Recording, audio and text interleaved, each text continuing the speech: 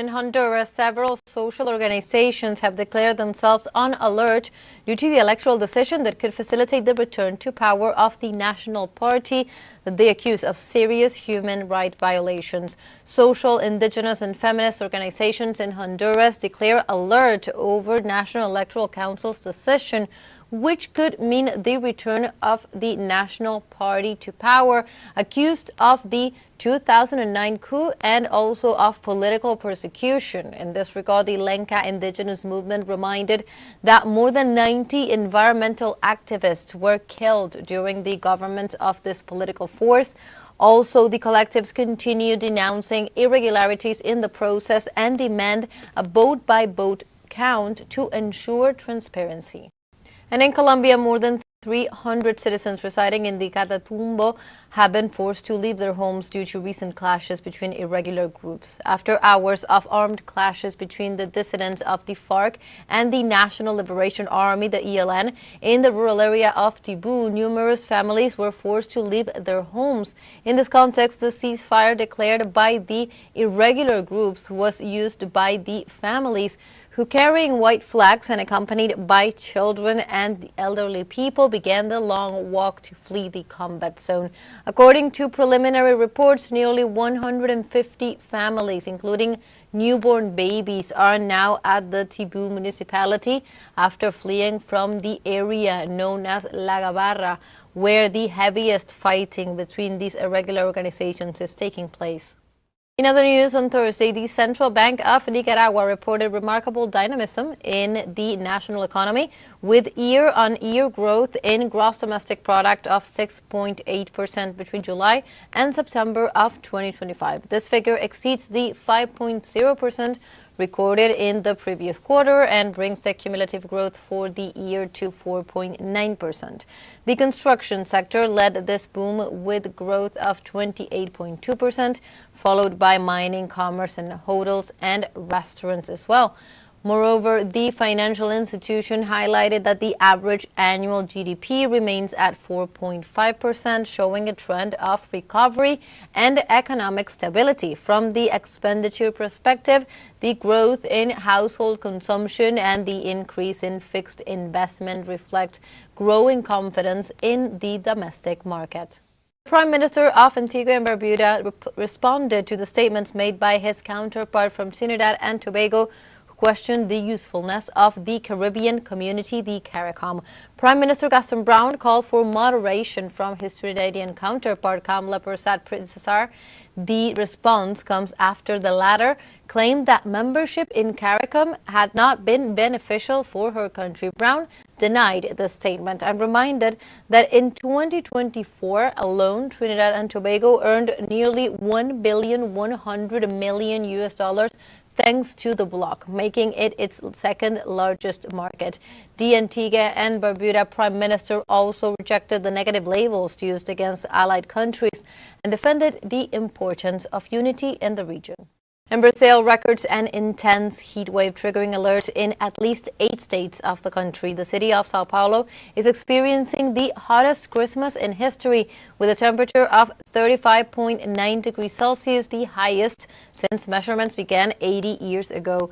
In Rio de Janeiro, nearly 1,000 people have been treated in hospitals over the past 2 days due to the effects of the intense heat wave. At the same time, 8 Brazilian states will remain under danger alert in the coming days, with forecasts of up to 7 degrees Celsius above the historical average. This extreme phenomenon reflects the severe effects of the climate crisis, driven by an unsustainable world development model that particularly impacts countries in the global south.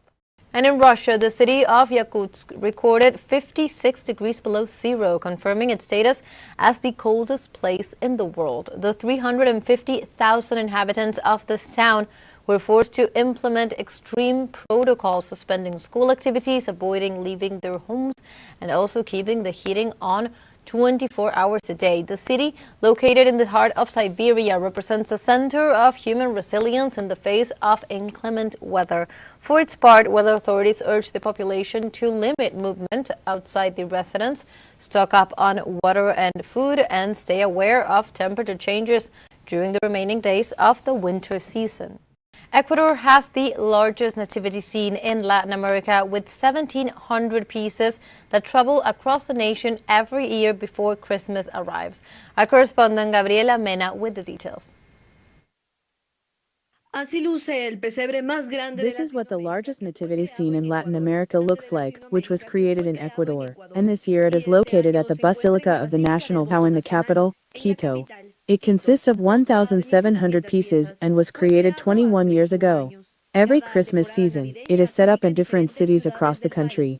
The construction takes 70 days. It has 1,700 figures, of which 650 have movement. It also has effects for day, dawn, sunset, night, rain, snow, and fog, which give life to the nativity scene.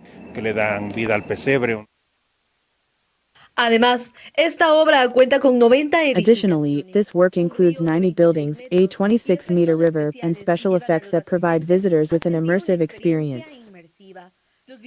Visitors cannot hide their amazement at the vast structure, which holds great symbolism for those who believe in God. Because this is marvelous, what we have in Ecuador. It's beautiful, wonderful. It's a way, let's say, of looking at how the nativity scene was in the past, and how it is today. People must preserve their history, both in terms of the nativity scene and religion.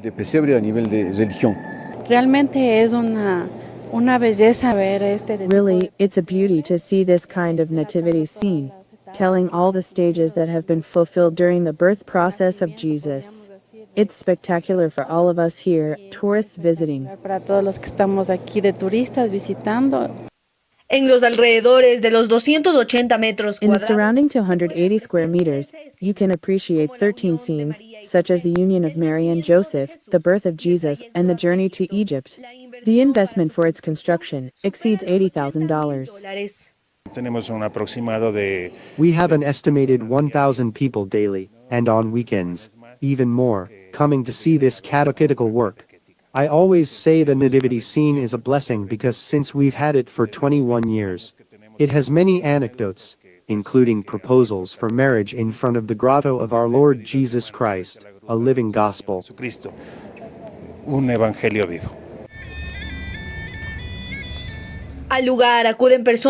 People of all ages come to the place, even tourists like Roberto Betancourt, who arrived from Colombia to visit the nativity scene known as the Enchanted Bethlehem.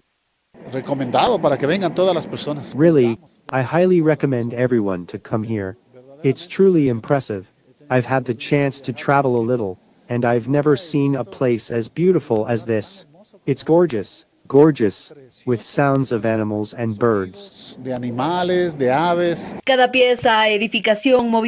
piece, building, movement, and color impacts visitors, defining this event as a unique experience that allows them to connect with their beliefs just days before Christmas. It's beautiful. It truly makes us relive the birth of the baby Jesus, and it's wonderful. The experience is something you feel. A great emotion comes out of your heart when you see this. And it makes you remember what you've read and see it come alive. It really moves you. The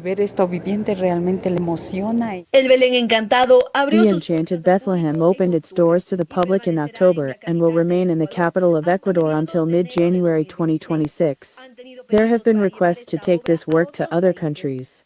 However, the creators have decided to keep it in Ecuador. Gabriela Mena, teleSUR Ecuador. We continue with this Latin American festivities because in the city of Antigua, Guatemala, the burning of the devil was celebrated, a tradition full of syncretism that marks the beginning of the Christmas festivities. Our correspondent, Santiago Boton, tells us more. Antigua, Guatemala once again became the epicenter of the burning of the devil. Thousands crowded the neighborhood of La Concepcion on December 7, where the blaze of the devil-shaped effigies marked the symbolic beginning of the Christmas festivities. Today we burn the devil, we burn everything we have lived, everything we saw, the bad things we went through, all year. Today we burn them. Today we consume everything that is bad. For the organizers, this fire is not only folklore, it is a cleansing and spiritual shake clears away bad vibrations before the prayer of the novena for the Virgin of the Immaculate Conception.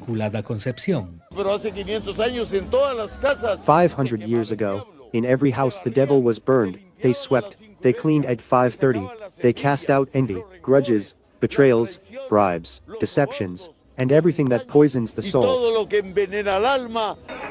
This tradition accumulated layers of symbolism. Some claim it was born to illuminate processions before electricity. Others argue it carries a shadow from the time when colonizers called ancestral wisdom the devil. Christianity was the mainly one that fostered the prejudice that everything here was the devil, was demonic. Therefore, we must clarify. I believe it's worthwhile to discuss this with theologians.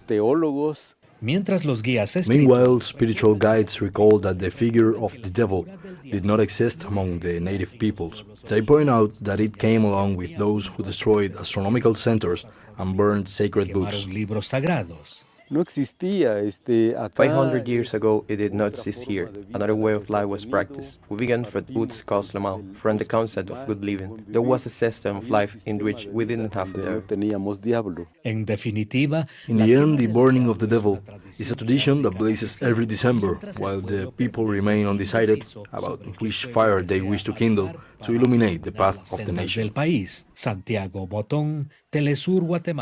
Libyan Workers' Union announced an indefinite strike demanding the repeal of Decree 5503, which provides for the elimination of fuel subsidies. Bolivian social movements announced that the measure, under the argument of addressing the fiscal crisis, shifts the burden of the country's economic adjustment into the working class and lower income sectors. In response, protesters gathered on Thursday at the Miners' Federation to hold a meeting and decide on their next steps in rejecting the actions of Rodrigo Paz's government. In this scenario, the unions decided to intensify pressure against the decree and continue with the mobilization and indefinite general strike. On Wednesday, U.S. Immigration and Customs Enforcement agents opened fire on a moving van during a raid in Glen Burnie in Maryland, injuring 2 civilians. ICE claimed that the van tried to run them over, but witnesses reported that the vehicle accelerated before stopping in a wooded area. In this context, federal officials quickly labeled the injured man as illegally present in the U.S., but offered no clarity on the arrests. The timing of the raid, carried out on Christmas morning, has drawn outrage from immigrant advocates who see it as a cruel disregard for community life. They pointed out that ICE agents fired their weapons at civilians in a residential neighborhood on a holiday dedicated to peace and family. And the Chinese government unveiled a package of sanctions for 20 U.S. defense firms and 10 individuals over their armed support to Taiwan. The decision, unveiled on Friday by the Asian nation's foreign ministry, freezes any assets the companies and individuals hold in China, also prohibiting domestic organizations and individuals from doing business with them. The move follows Washington's announcement last week of $11.1 billion in arms sales to Taiwan, the largest ever U.S. weapons package for the island. In this context, the Chinese Foreign Ministry assured that the Taiwan issue constitutes the first red line that cannot be crossed in bilateral relations, vowing that any provocative action will be met with a strong response and urging Washington to cease efforts to arm the island. On Friday, the third day of talks between delegations from Cambodia and Thailand was held in Phnom Penh, the Cambodian capital, to discuss the implementation of a ceasefire agreement between both nations. Both delegations have denounced aggressions that have taken place amidst the talks aimed at finding a diplomatic solution to the conflict. The Cambodian Ministry of Defense and the Thai Prime Minister have declared their intention to restore the truce, achieve regional stability, and allow displaced civilians to return to their homes. Let's recall that the conflict between Thailand and Cambodia stems from a territorial dispute over the colonial era demarcation of their border and a smattering of ancient temple ruins situated on the frontier. In Honduras, several social organizations have declared themselves on alert due to the electoral decision that could facilitate